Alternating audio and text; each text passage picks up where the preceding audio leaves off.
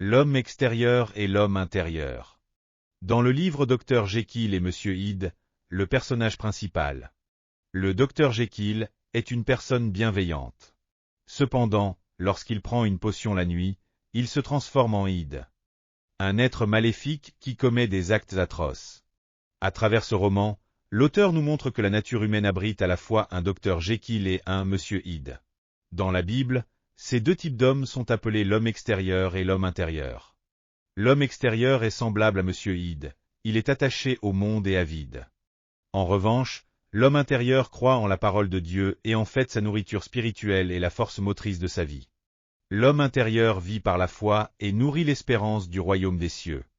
Ainsi, il ne se laisse pas séduire par des plaisirs éphémères comme l'homme extérieur, mais il vit en servant Dieu.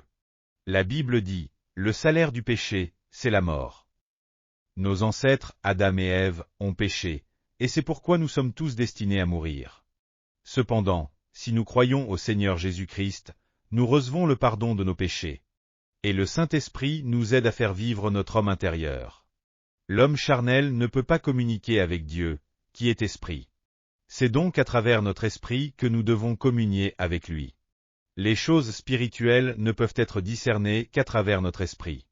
La Bible contient de nombreuses promesses de bénédiction divine.